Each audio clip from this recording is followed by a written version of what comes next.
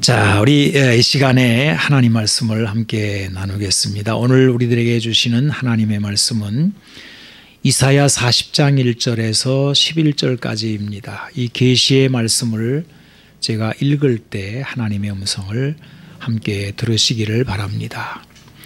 너희 하나님이 이르시되 너희는 위로하라. 내 백성을 위로하라. 너희는 예루살렘의 마음에 닿도록 말하며 그것에게 외치라. 그 노역의 때가 끝났고 그 죄악이 사함을 받았느니라.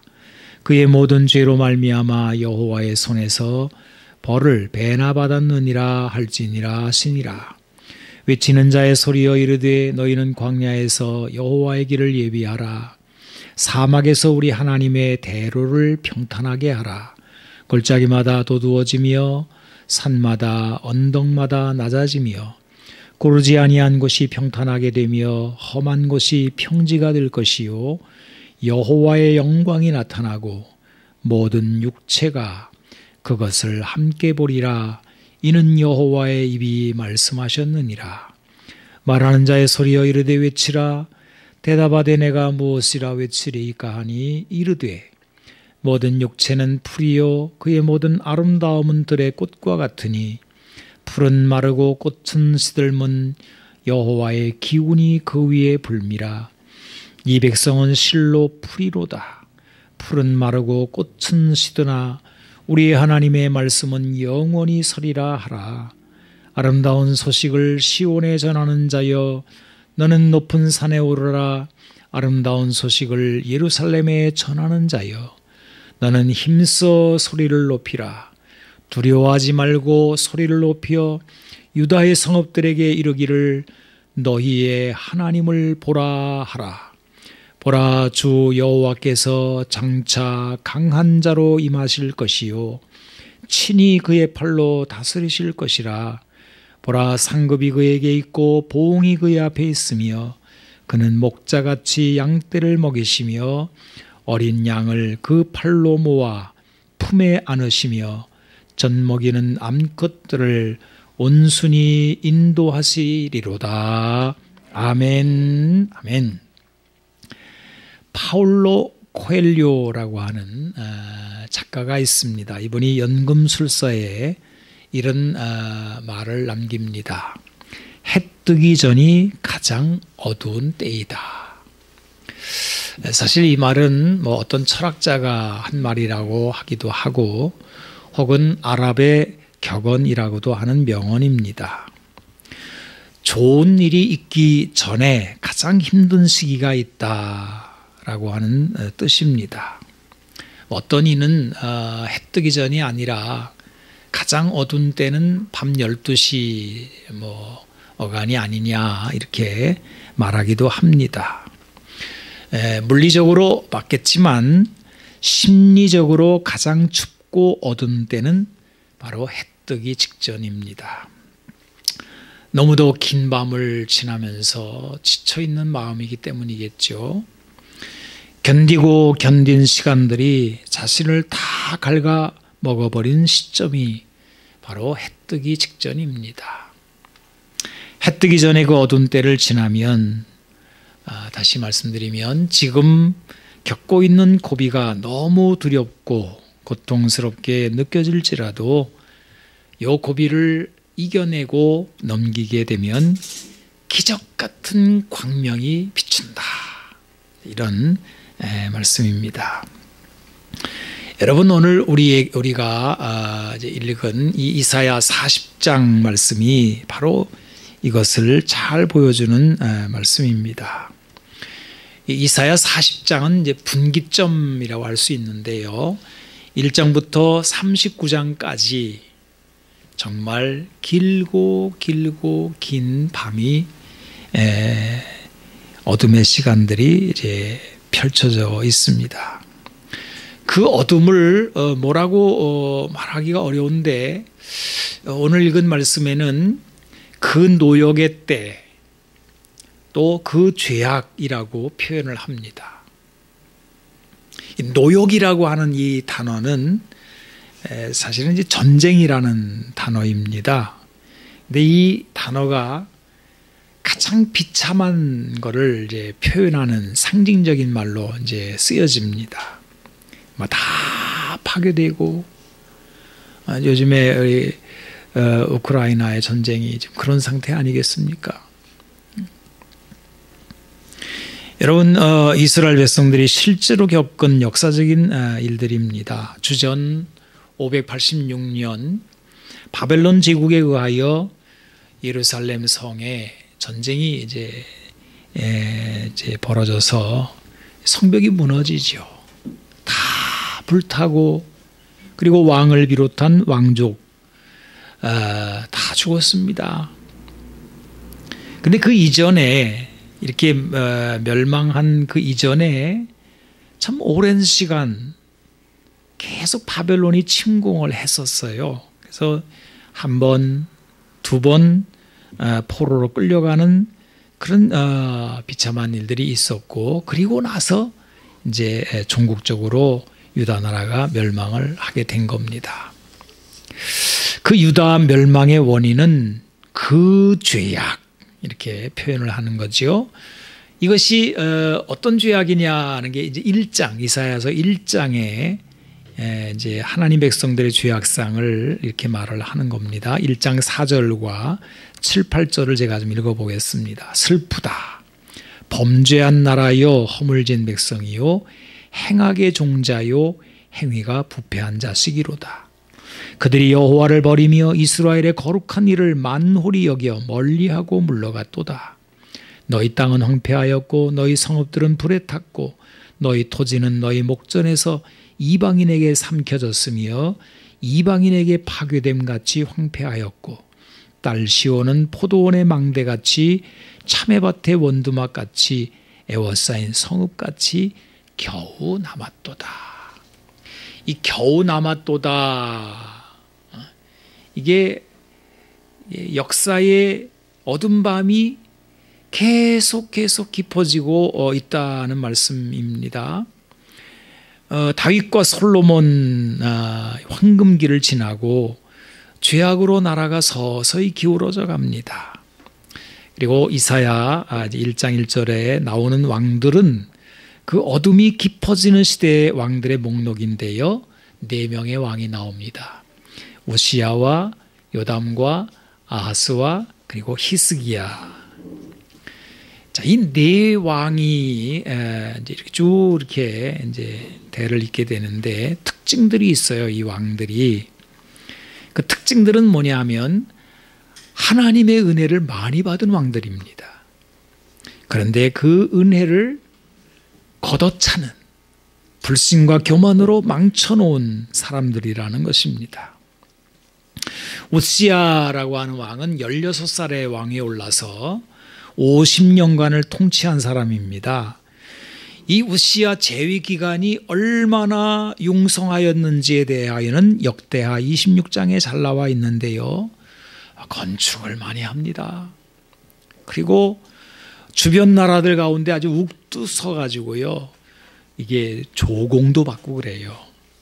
또 이 우시야는 군사력에도 관심이 많았는데 많은 이제 그 군인들을 양성을 하고 나라를 튼튼하게 방비를 합니다. 이런 왕이 농사에도 조예가 깊었다고 그래요. 그냥 그야말로 팔방미인 같은 이런 왕이 50년간을 다스렸으니 나라가 얼마나 잘 됐겠습니까? 근데 그때의 마음이 교만해져서 하나님 앞에 망할 짓을 하고 나병에 걸려 죽습니다. 이제 그 여파로 국가의 전 신앙에 타격이 왔는데요, 그 아들과 손자 이름이 요담과 아하스. 나라가 기우뚱합니다. 아하스라고 하는 왕은 아주 불신의 아이콘입니다.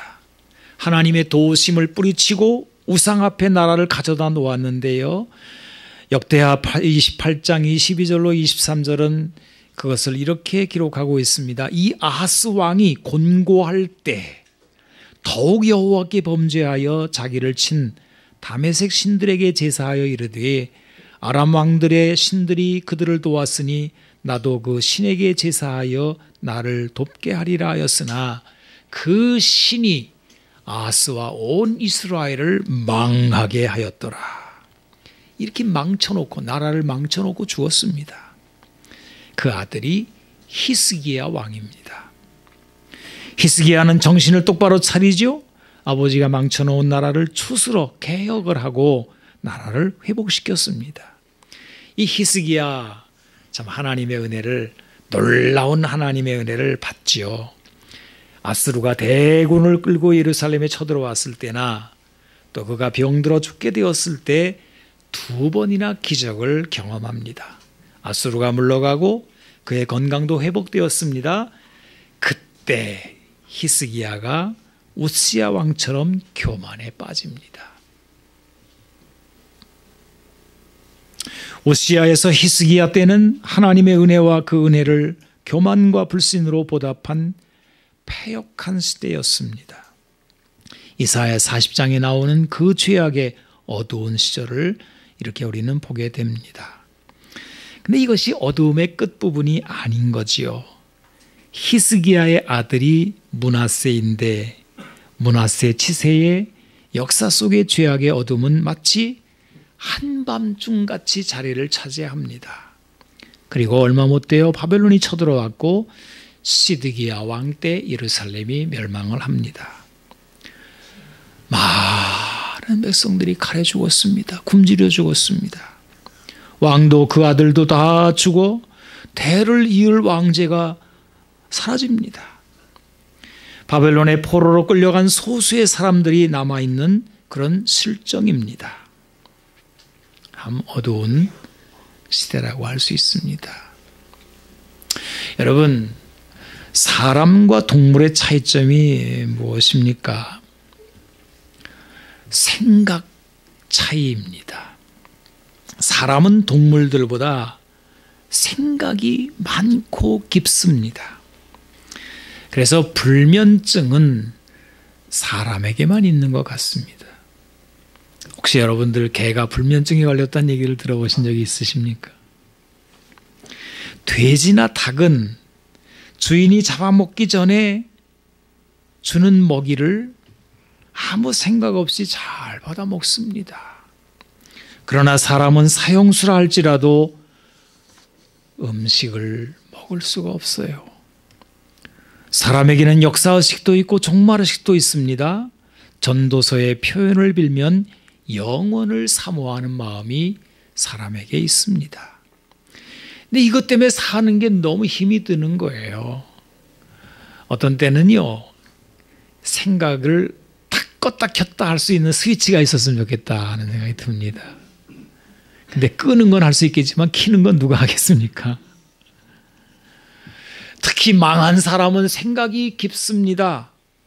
사람이 죄를 짓고 옥에 갇히게 되면 많은 생각을 할 수밖에 없다는 거지요. 이것이 사람과 동물의 큰 차이점입니다. 여러분, 제가 이 말씀을 왜 드리냐 하면 유다 백성들이 바벨론의 포로로 끌려가 가지고 하염없이 세월을 보내고 있는데요, 노예가 되었기 때문에 날마다 중노동에 시달립니다. 하루 종일 일하고 집에 돌아오면 너무 피곤해서 그냥 나무 토막처럼 쓰러져 잘 수밖에 없는 거예요. 이것이 날마다 반복되는 노예 생활입니다. 차라리 당나귀라면 아무런 문제가 없을 것입니다. 그런데 이들은 사람인 거예요. 그냥 사람이 아닙니다. 하나님의 택한 백성입니다. 이들이 과거에 어떻게 살았고 어떻게 못된 짓을 했는지 그것과 상관없이 그것을 넘어서는 택한 백성의 의식이 그 안에서 날마다 꿈틀대는 거예요. 그리하여 늦은 밤 하루의 중노동을 마친 그 피곤한 시간이지만 이들은 잘 수가 없어요. 그래서 그 회당에 자기들끼리의 모임에 모여서 하나님의 말씀을 읽는 것입니다. 자신들이 왜 멸망했는지 모세의 율법에서 발견하고 가슴을 칩니다. 그런데 이런 뉘우침이 하루아침에 된 것은 아닌 거지요. 이들이 긴 밤을 지나고 있기 때문에 처음에는 나라가 망하고 노예로 끌려와 슬픔과 낭망 속에 사는 이 역사의 어둠에 대하여 원망도 많았고 불평도 많았습니다. 우리 부모들이 죄를 지었기 때문에 그 죄를 우리가 받는다, 이렇게 곡해도 했습니다. 이렇게 살기를 10년, 20년, 40년, 60년, 70년이 되어갈 무렵 이들은 많이 달라지게 되는 거죠. 너무도 오래고 깊은 마음을 지내오면서 이제는 고집도 자만심도 우상숭배도 다 꺾어졌습니다. 이때 이들의 귀에 소망의 말씀이 들려오기 시작합니다. 그 소망의 말씀이 오늘 우리가 읽은 이사야 40장 1절과 2절인 것입니다. 자, 다시 한번 읽어볼게요. 너희 하나님이 이르시되 너희는 위로하라. 내 백성을 위로하라. 너희는 예루살렘의 마음이 닿도록 말하며 그것에게 외치라. 그 노역의 때가 끝났고 그 죄악이 사함을 받았느니라. 그의 모든 죄로 말미암아 여호와의 손에서 벌을 배나 받았느니라 할지니라 하시니라. 여러분, 한번 물어보고 싶습니다. 여러분의 생각에 이 소망의 메시지가 들려왔을 때, 선포되었을 때 유다의 백성들의 마음에 그 응답이 어땠을 것 같습니까? 아멘 했을까요? 아이고 하고 신이 났을까요? 그렇지를 않았습니다. 왜냐하면 동트기 전이 가장 어둡고 추운 때였기 때문입니다. 사실 가장 깊고 어두운 역사의 시점은 그 이전이죠. 나라가 망하기 100년 전에 히스기야를 지난 므낫세로 죄악이 얼룩지던 밤이 있었습니다. 또 시드기야 왕 때 바벨론이 쳐들어와서 예루살렘이 막 불타고 막 호미백산 아우성을 치는 그야말로 어둠의 정점도 있었습니다. 그리고 바벨론에 끌려간 초기, 그 낯설고 고달픈 시절도 있었습니다. 그때는 세간이 있습니까? 집이 널널 합니까? 방 한 칸에 살면서 노예로 있던 때입니다. 그런데 이제 세월이 이제 지나면서 조금씩 이제 움씬하게 되는 거지요. 어떻게 살다 보니까 돈도 좀 모이기도 하고 노예 해방도 좀 하기도 하고 또 세간들도 좀 장만도 하고 어떤 사람은 장사도 해서 제법 돈도 번 사람도 유대인들도 있었다고 합니다. 자, 이 정도면 그 깊고 어둡던 그 정말 끔찍한 6.25를 지나던 때보다는 훨씬 나아졌거든요. 살만해졌습니다. 더군다나 70년이 찾아 내 백성을 위로하라. 그 노역의 때가 끝났고 그 죄악이 사함을 받았느니라 하는 소망의 말씀이 강단에서 막 선포되는 거예요. 그러면 여러분, 아이고 이제 됐네, 아멘, 이렇게 돼야 되는 거 아닙니까? 감사합니다 하면서 희망찬 모습으로 새 시대를 맞아야 되는 거 아닙니까? 그런데 그들은 그렇지를 못했습니다. 형편은 좋아졌는데 마음은 춥고 어둠은 깊습니다. 바로 그때가 동트기 직전이었다는 거죠. 오랜 세월의 역경이 그들을 켜켜이 눌러놓았기 때문에 역사의 분기점에 와 있지만 그들은 알아보지 못하는 눈먼 상태로 그 시대를 살고 있었던 겁니다. 저는 이 부분을 살펴보면서 코끼리 생각이 났는데요. 여러분, 코끼리 길들이는 법을 아마 들어보신 적이 있을 겁니다. 이 코끼리라고 하는 짐승은 워낙 크고 힘도 좋았기 때문에 길들일 방법이 없다고 그래요. 그래서 쇠사슬을 발목에 매가지고 전봇대에다가 매놓는다고 합니다. 아무리 힘이 좋은들 전봇대를 뽑을 수는 없잖아요. 몸부림을 치다가 지발만 상하니까 그냥 매일같이 몸부림을 치다가 이제 세월이 지나면요, 이제 나는 저걸 뽑을 수 없다라고 하는 생각이 이게 코끼리의 이제 입력이 되는가 봐요. 그때쯤에 이제 오게 되면 이 쇠사슬을 말뚝에다가 묶어놔도 코끼리는 자기는 벗어날 수 없다라고 생각하게 된다고 합니다. 자기의 경험과 생각에 매이는 것이죠. 자, 이것이 유다 백성들의 모습이었습니다. 여러분, 오랜 세월 동안 그 강하던 유다 백성들이 점점 길들여지고 약해지더니 이제는 꼼짝도 못하게 되는 시절이 온 거예요. 여러분이 이사야 40장 이후를 읽어보시면 계속 소망의 말씀이 선포되지만 여전히 과거에 매여 두려움과 피곤에 절어 있는 유다 백성들의 모습을 쉽게 찾아보실 수가 있을 것입니다. 대표적인 것으로 40장 27절 그리고 51장 12절 13절 이렇게 읽어보겠는데요. 거기에 이렇게 엿볼 수 있어요. 자, 이게 제가 읽어보겠습니다. 야곱아, 어찌하여 네가 말하며 이스라엘아, 네가 이르기를 내 길은 여호와께 숨겨졌으며 내 송사는 내 하나님에게서 벗어난다 하느냐. 자, 요 말 속에 담겨져 있는 거죠. 아이고, 하나님이 뭘 보시나. 나는 잊혀진 사람이야. 나는 이제 끝났어. 이제 이런 게 이제 탄식처럼 들어있는 거지요. 자, 51장도 보겠습니다. 이르시되 너희를 위로하는 자는 나 곧 나이니라. 너는 어떠한 자이기에 죽을 사람을 두려워하며 풀같이 될 사람의 아들을 두려워하느냐. 하늘을 펴고 땅의 기초를 정하고 너를 지은 자 여호와를 어찌하여 잊어버렸느냐. 너를 멸하려고 준비하는 저 학대자의 분노를 어찌하여 항상 종일 두려워하느냐. 학대자의 분노가 어디 있느냐. 이 학대자가 옛날에 학대했거든요. 그 노예 시절에 어떻게 두들겨 패고 어떻게 못된 짓을 하는지 그냥 어떻게 할 수가 없어요. 이거를 너무 오랜 동안 지나니까 이제 풀려났거든요. 근데도 이 트라우마가 남아있는 거예요. 그냥 꼼짝도 못하는 거예요. 막 벌벌벌 떨고 이렇게 살아가는 거예요. 그래서 이사야서 40장 이후에 참 많이 나오는 말씀이 뭔가 하면 두려워하지 말라예요. 역설적이죠. 두려워하고 있기 때문에 그 말씀이 많이 나오는 거예요. 동트기 직전 하나님의 백성들의 두려움을 엿볼 수가 있습니다. 여러분, 왜 이렇게 위축됐을까요? 자기들이 옛날에 참 못된 짓하고 당했거든요. 그러니까 아유, 내가 나를 알지. 나는 정말 죄 많이 졌거든. 죄값 받고 있는 거야. 이러면서 죄에 대한 자책과 그로 말미암은 좌절에 주저앉아 있는 것입니다. 그래서 이사야 40장 이후는 이런 깊은 어둠에 떨고 있는 하나님의 백성들을 향해 위로하고 설득하고 또 설득하는 말씀들이 주종을 이루고 있습니다. 왜요? 이 시간에 좌절하면 안 되기 때문입니다. 이제 엄청난 역사의 변화가 시작될 시점에 와 있거든요.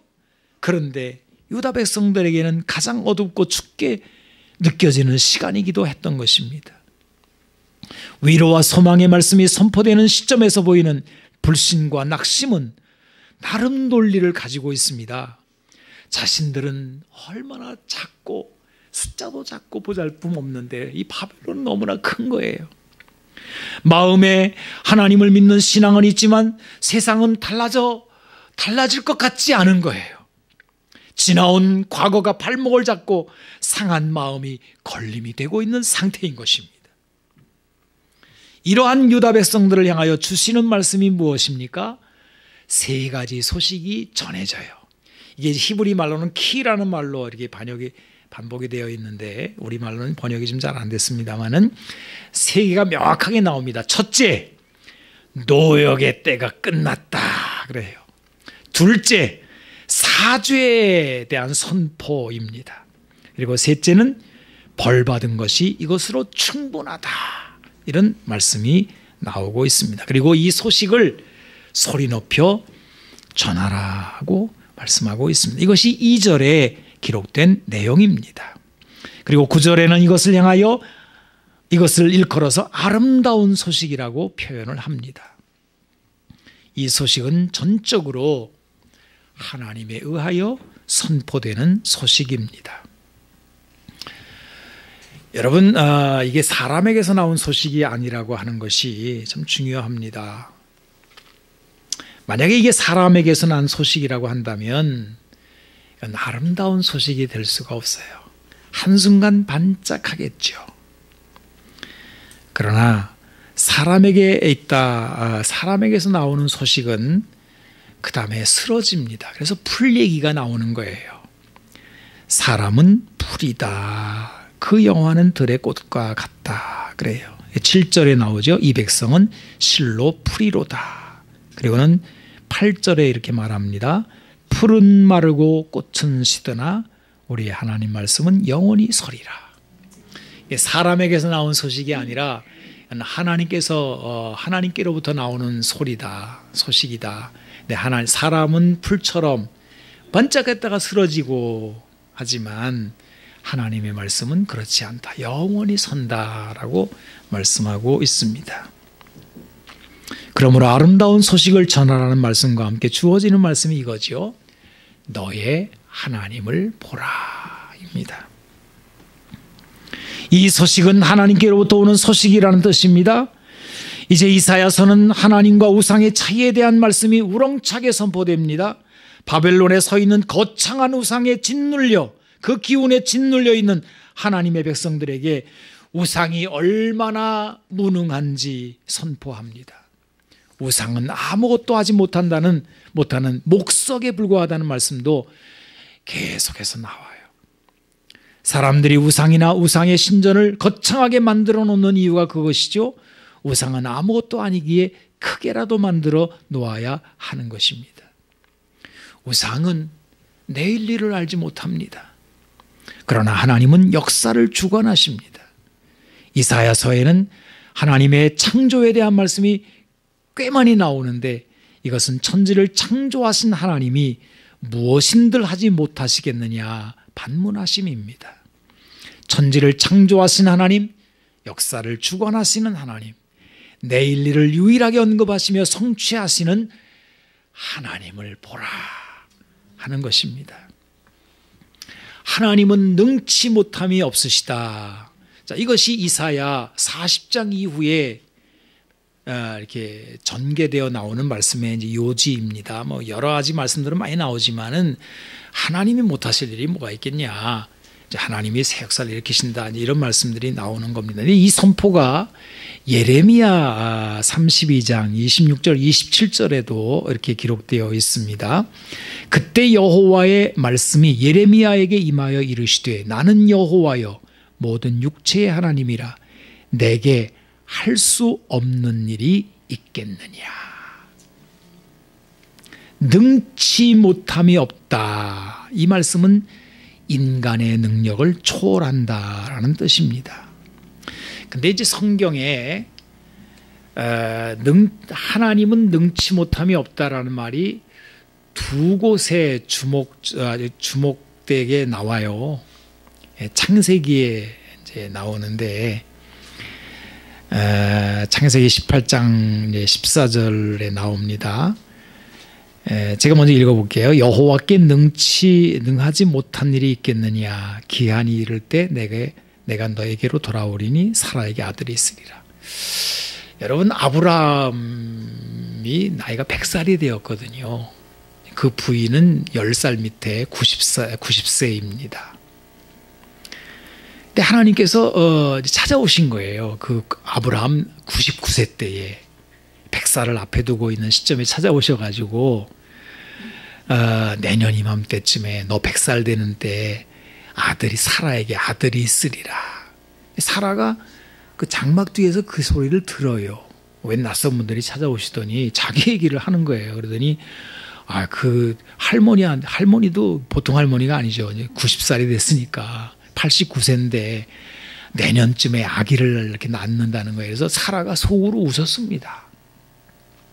근데 그 낯서신 그 분이 이제 하나님 찾아오신 건데 사라가 웃었느냐? 사라가 입을 탁 들어막았어요. 자기 웃은 건 또 어떻게 알아? 장막 너머에 있는데.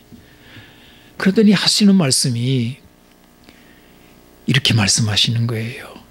여호와께 능하지 못한 일이 있겠느냐 그래요. 그다음 또 한 곳은 신약성경 누가복음 1장 37절인데요. 이게 이제 처녀 마리아에게 가브리엘 천사가 이제 나타나서 수태고지하는 이제 장면입니다. 근데 마리아는 아직 남자를 알지 못하던 때인 거예요. 그래서 나는 남자를 알지 못하니 어찌 일이 있으리까라고 묻습니다. 이때 주어진 말씀입니다. 누가복음 1장 37절 똑같은 말씀이에요. 대저 하나님의 모든 말씀은 능하지 못하심이 없느니라. 경수가 끊어진 사람에게서 아이가 탄생할 때, 아직 남자를 알지 못한 처녀에게서 아이가 탄생할 때 같은 말씀이 선포됩니다. 하나님은 능치 못하심이 없으시다는 거예요. 자, 다시 이사야 40장으로 와보겠습니다. 역사의 어둠이 짙었을 때 하나님은 그의 백성들에게 아름다운 소식을 선포합니다. 노역의 때가 끝났고 죄악의 사함이 선포되고 받을 벌을 충분히 받았다라고 하는 아름다운 소식입니다. 근데 사실 이거는 불가능한 말입니다. 인간의 역사에 인간의 힘으로 전쟁 같은 비참한 일들이 언제 끝난 적이 있습니까? 죄의 문제가 해결된 적이 있습니까? 없습니다. 인간은 전쟁을 끝낼 수가 없어요. 점점 더 전쟁은 깊어집니다. 요즘에는 무기가 얼마나 무서운지 몰라요. 무기 무서운 게 1차 대전 이후라고 합니다. 기관단총이 개발됐거든요. 그냥 막 그땐 전쟁이 아니라 학살이래요. 그거는. 근데 지금은 1차 대전에 비해서요, 전쟁의 무기가 어마어마해졌습니다. 이 핵폭탄을 지금 만지작거리고 있다고 해요. 여러분, 얼마나 끔찍한 이야기입니까? 인간의 힘으로는 전쟁을 끝낼 수가 없어요. 죄는 우리 인간의 힘으로 해결될 수 있습니까? 여러분, 지금 감옥은 꽉꽉 차 있습니다. 어떤 나라는 감옥이 너무 꽉 차가지고 사람을 그냥 이렇게 뭐라 그래요? 이렇게 꽉꽉 이렇게 모아놨어요. 감옥에 들어놓을 데도 없어요. 얼마나 많이 들어가 있는지. 우리는 날마다 TV에서 죄짓고 잡혀가고 망하는 사람들의 이야기를 끊임없이 듣고 있습니다. 여러분, 노역의 때가 끝났고 죄악의 사함이 선포되고 받을 벌이 충분을 받았다. 이거는 인간의 힘으로는 이 아름다운 소식을 이루어낼 수가 없습니다. 이스라엘 백성들이 바벨론에서 해방이 되었다고 모든 문제가 해결되지는 않습니다. 이들은 또 다른 문제 속으로 걸어 들어갈 뿐입니다. 그런데 여기 하나님께서 이걸 선포하시고 있는 거예요. 여호와께 능하지 못한 일이 있겠느냐 하시면서요. 100세 아브라함에게서 이삭이 태어나게 하신 하나님이 이제는 이렇게 말씀하시는 겁니다. 여러분, 오늘 읽은 말씀에 이사야 40장 5절과 10절 11절을 읽어봅니다. 여호와의 영광이 나타나고 모든 육체가 그것을 함께 보리라. 보라, 주 여호와께서 장차 강한 자로 임하실 것이요 친히 그의 팔로 다스리실 것이라. 보라, 상급이 그에게 있고 보응이 그의 앞에 있으며 그는 목자같이 양떼를 먹이시며 어린 양을 그 팔로 모아 품에 안으시며 젖 먹이는 암컷들을 온순히 인도하시리로다. 하나님이 친히 사람의 몸을 입고 이 세상에 오셔서 그 영광을 나타내실 때 모든 육체가 그것을 함께 보리라는 말씀입니다. 근데 이 이사야서에서는요, 하나님이 세상에 오시는 이야기가 아주 기이한 예언으로 많이 남아 있어요. 제가 몇 군데 읽어보면요, 이제 9장 2절, 또 9장 6절, 53장 1절 6절 계속 읽어보겠습니다. 흑암에 행하던 백성이 큰 빛을 보고 사망의 그늘진 땅에 거주하던 자에게 빛이 비치도다. 이는 한 아기가 우리에게 낳고 한 아들을 우리에게 주신 바 되었는데 그의 어깨에는 정사를 메었고 그의 이름은 기묘자라 모사라 전능하신 하나님이라 영존하시는 아버지라 평강의 왕이라 할 것이미로다. 우리가 전한 것을 누가 믿었느냐? 여호와의 팔이 누구에게 나타났느냐? 그는 주 앞에서 자라나기를 연한 순 같고 마른 땅에서 나온 뿌리 같아서 고운 모양도 없고 풍채도 없은즉 우리가 보기에 흠모할 만한 아름다운 것이 없도다. 그는 멸시를 받아 사람들에게 버림받았으며 간고를 많이 겪었으며 질고를 아는 자라. 마치 사람들이 그에게서 얼굴을 가리는 것 같이 멸시를 당하였고 우리도 그를 귀히 여기지 아니하였도다. 그는 실로 우리의 질고를 지고 우리의 슬픔을 당하였거늘 우리는 생각하기를 그는 징벌을 받아 하나님께 맞으며 고난을 당한다 하였노라. 그가 찔림은 우리 허물 때문이요 그가 상함은 우리 죄악 때문이라. 그가 징계를 받음으로 우리가 평화를 누리고 그가 채찍에 맞음으로 우리가 나음을 받았도다. 우리는 다 양 같아서 그릇 행하여 각기 제 길로 갔거늘 여호와께서는 우리 모두의 죄악을 그에게 담당시키셨도다. 여러분, 이사야서가 계속 담아내고 있는 말씀이 뭐예요? 하나님이 이 세상에 사람의 몸을 입고 오셔서 우리 모두가 갖고 있는 죄악을 친히 그 몸으로 담당을 하심으로 전쟁을 그치게 하시고 그리고 죄를 끝내고 그리고 받을 벌을 다 마치게 하겠다는 것입니다. 사람의 계획이 아니라 하나님의 계획입니다. 천사 가브리엘이 마리아에게 나타나 태어날 아기를 예언한 말씀이 여기 이사야서에도 예언으로 담겨 있는 것입니다. 이 이사야서의 그 긴 말씀을 한 줄로 요약하면 마리아에게 한 말과 같아요.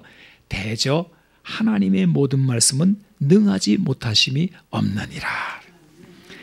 하나님의 아들 예수님이 세상에 오셨습니다.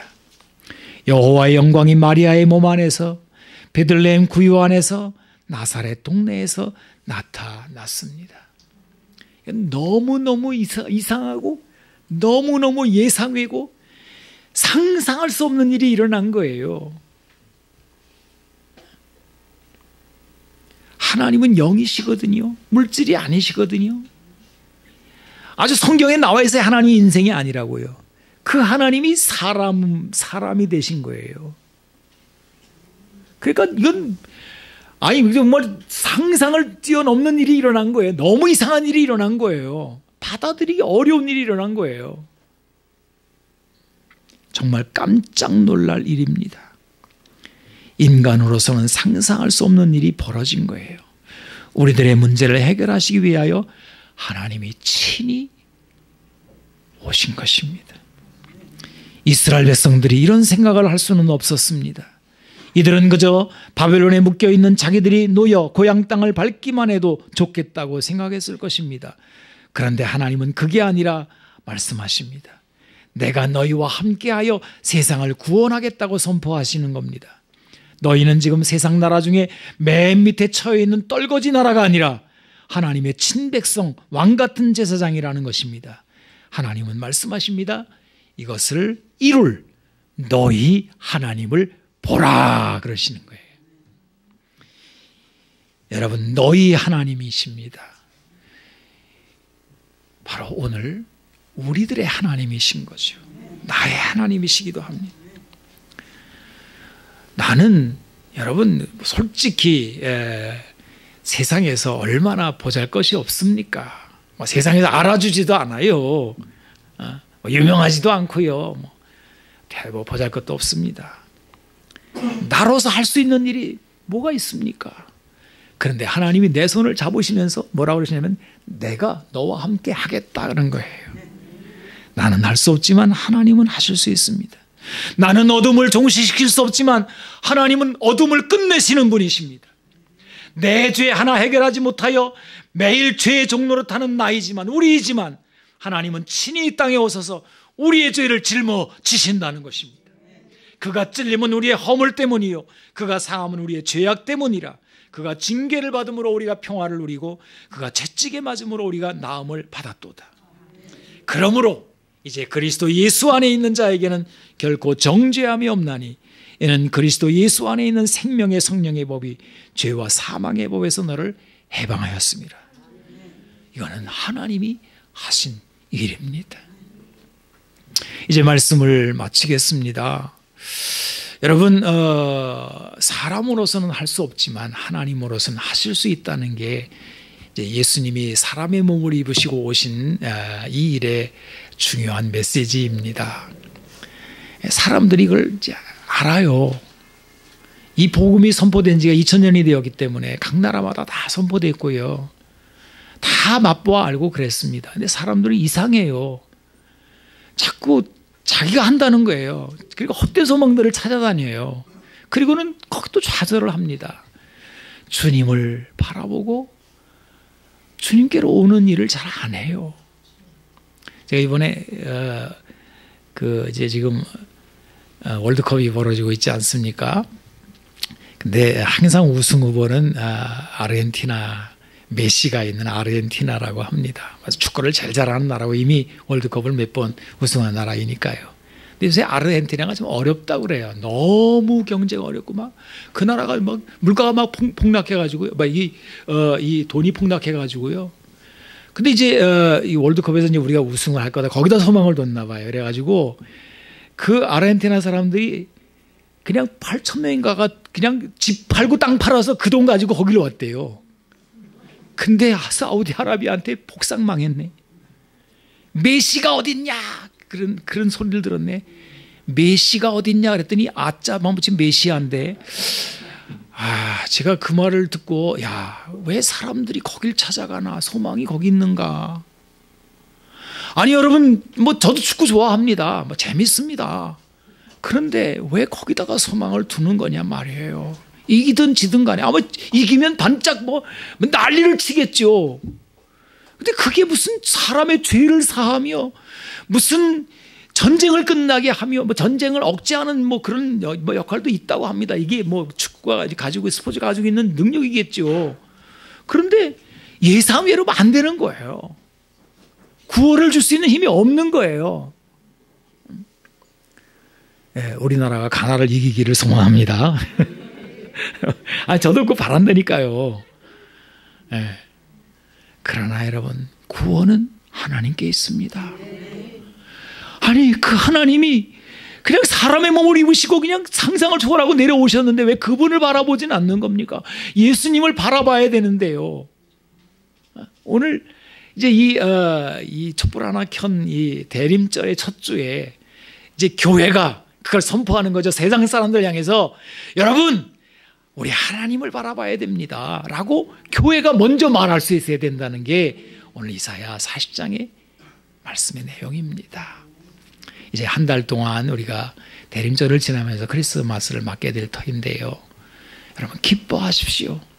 주님께서 임마누엘 우리에게 오셨습니다. 기도하겠습니다. 거룩하신 하나님, 감사합니다. 우리가 바라봐야 될 분이 너희의 하나님을 보라.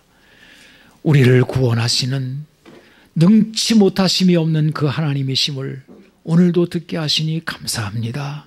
우리 대한민국이 하나님을 바라보게 하여 주시고 온 세상이 구원의 주를 바라보게 하여 주옵소서.